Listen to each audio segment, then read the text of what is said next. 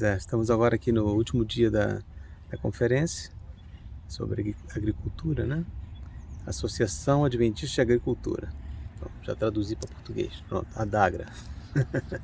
Estamos aqui com dois cavalos fêmeas ali, estão conversando uma com a outra.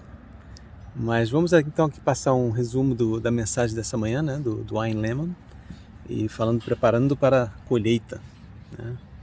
E o tema da colheita, a gente está familiarizado na questão da agricultura, seria o momento culminante, né? Que você preparou o solo, você botou a semente, você esperou e finalmente chegou o momento que você vai colher os frutos. No caso também, trazendo, a Bíblia fala que é o final do Final dos tempo, tempos. né? Final dos tempos. É o final do mundo, né? Perto da volta de Jesus mesmo, perto do selamento. E a própria volta de Jesus, né? Que é ceifar, né? Então, uns vão para um lado, outros vão para o outro. Separação, né? Jesus vai fazer dos bodes, um lado esquerdo e lado direito. Sim. A gente falou então sobre as 3 mensagens angélicas, né? Que nós pregamos, que devem ser mensagens de amor, esperança, mas não é só isso, amor e esperança, é de advertência também. Só que a advertência, né, usando o amor e a esperança. Né? A advertência com esperança, que não adianta você dar Claro. advertência, olha, então, isso com a esperança, o arrependimento, né, o mesmo do João Batista e todo, e o arrependimento, porque aí vem quando a gente se arrepende, aí vem a remissão, né, vem a transformação, e a gente está aberto para ser transformado, né, porque devemos ser transformados. Então, devemos pregar o Evangelho e, se preciso, usar palavras. Então, o que significa isso? A nossa vida tem que ser uma vida exemplar diante do mundo para que seja um bom exemplo e represente bem a Cristo. Então, né? Mas esse exemplar, né? Então, não é exemplar assim forçado, né? Eu tenho que andar, pisar em ovos. Não, exemplar que é o exemplo de Jesus. Então, por isso nós somos cristãos, seguidores de Jesus. Então, por isso tem uma música que fala, né? Amar como Jesus amava, falar como Jesus falava, tudo como Jesus. Então, é esse que é a perfeição de caráter, que ele também falou sobre isso, a gente ter o caráter de Jesus. É assim, a gente ser tão parecido com Jesus que as pessoas vão, sabe, ir atrás da gente para saber que Jesus é esse. Né? Que Jesus é esse que a gente está seguindo e que está transformando a nossa vida e está nos fazendo pessoas melhores, está tirando nosso egoísmo, nosso orgulho, a nossa... por sermos rudes demais, por sermos mesquinhos demais, só queremos viver para nós mesmos. Então, se isso está dissolvendo, está saindo, e as pessoas estão vendo outra coisa, como Jesus, então aí sim, aí realmente nosso caráter está sendo moldado. Por isso que a gente tem que pedir todos os dias e andar com Jesus, né? Quando a gente anda muito com uma pessoa, a gente não passa a ficar... você tá, olha... Tá parecido com fulano, né? As crianças são muito isso. Você está falando igual a fulano de tal. E você está fazendo as mesmas coisas, até as práticas. Gestos, cacoetes, né? Cacoete e tudo mais. Então, a gente tem que ser assim, tem que andar tão junto com Jesus todo dia. Ele estava falando muito da meditação, né? Sim. Falou então que devemos dedicar tempo, né? Diariamente, né? Com a palavra, né? E ele estava dando exemplo. Então às vezes a gente fica muito assim, tem que fazer o ano bíblico. Então aí pega ali, tem que ler 3 capítulos hoje. Aí, acabei, pronto, acabei.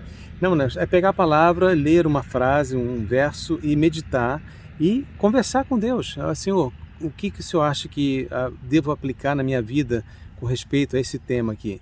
Então você ter essa intimidade com Deus diariamente faz com que você se aproxime mais dele, você possa refletir melhor o seu caráter. Porque a alegoria que ele deu aqui da semente, né, como já falamos no outro videozinho aqui, que Jesus é referido em Gálatas 3,16 como uma semente, que então ela precisa ser plantada no nosso coração. E uma semente, o que acontece com a semente? Se você planta uma semente de laranja, vai nascer o quê? Um abacateiro? Vai nascer laranjeira. Então, se temos Cristo no nosso coração, o que deveria, né, demonstrar? É Cristo, né? Esse é o segredo. Você ia falar algo? Então, questão da devoção, né? Então, primeiro eu sei que algumas pessoas falam assim, eu sou mais da noite, eu sou mais da manhã, mas toda a Bíblia sempre fala sobre a manhã, a importância da manhã, porque a nossa mente está mais fresca e tal. Então, a gente acordar um pouco mais cedo e ter esse maná, né? Que Deus sempre mandava o maná pela manhã.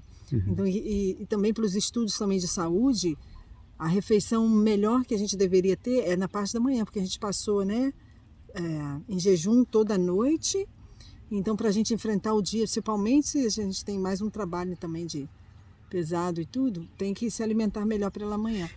Então Jesus, por exemplo, ele cita vários, Marcos, Lucas, né, citando que Jesus ia cedo de manhã, como você falou, né, para num lugar solitário para orar.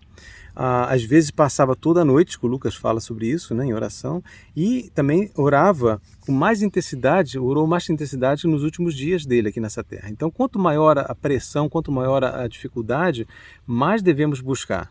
Ele teve tanta angústia que chegou a suar sangue, né? Isso, e quanto mais então, se a gente está com um problema, estou com um problema muito grande e tal, não sei. Então a gente tem que tomar mais tempo para orar.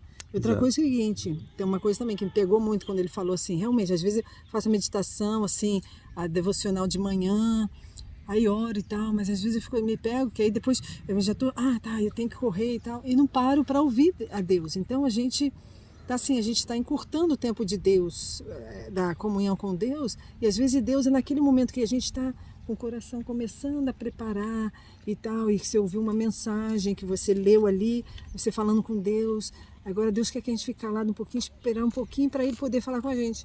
Aí a gente já, já orei e tal, eu orei, amém, a gente sai. E aquele momento de reflexão, a gente não está tendo, sabe? Estou tirando isso por mim, muitas vezes eu não tenho esse tempo de reflexão. Então isso eu estou numa jornada de aprendizado. Eu preciso parar e falar, Senhor, fala comigo, Senhor, de escutar a voz de Deus. E a gente vai sentir a impressão, né, a voz do Santo Espírito. Outra coisa que eu aprendi para mim também é a questão de orar audivelmente. Só para a gente escutar, mas nós botarmos a palavra. Então, Salmo 55:17, não tinha prestado atenção nesse verso, mas dizia assim, que nós devemos orar com a oração audível, porque Jesus escuta. Então, assim, tudo bem que ele escuta os nossos pensamentos, ele ouve nossos pensamentos, né?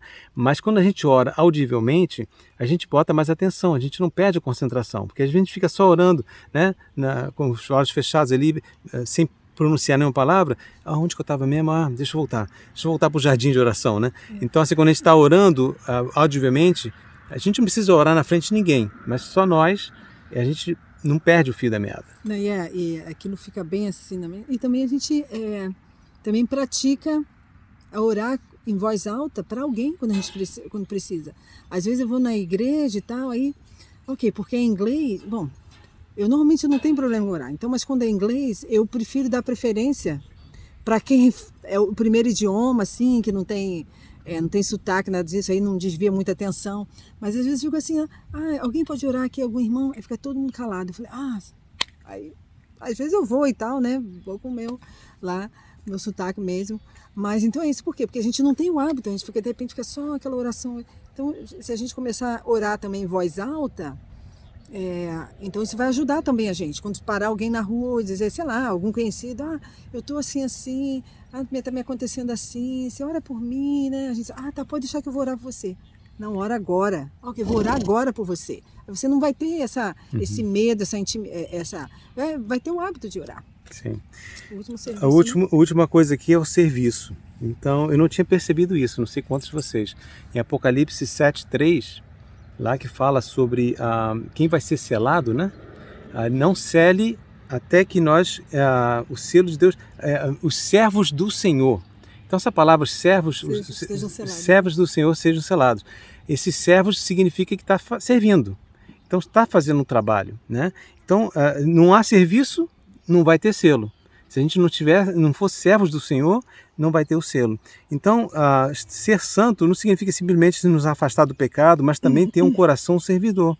Então, o serviço é um estilo de vida de serviço. Esse é o segredo, né? E começa por onde? Começa pelo nosso próprio lar.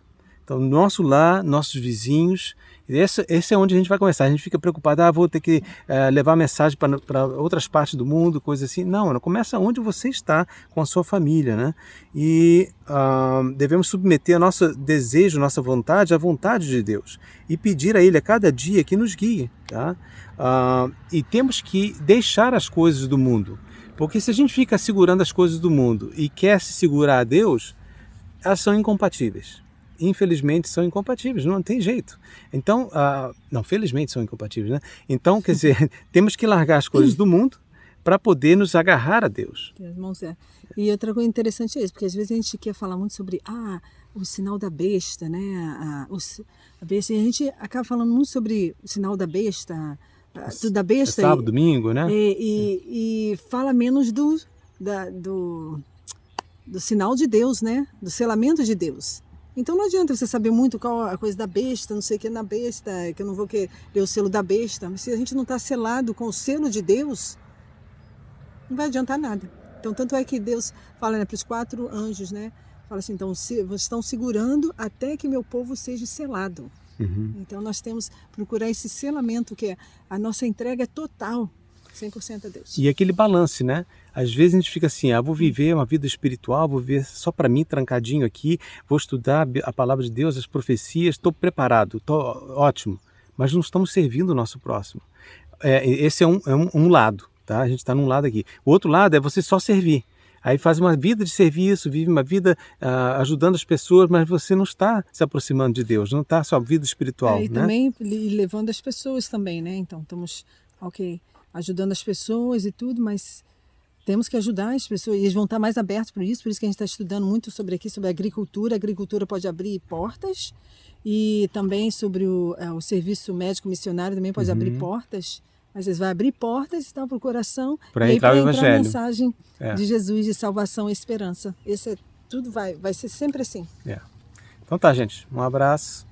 Tchau. Então tá. Tchau.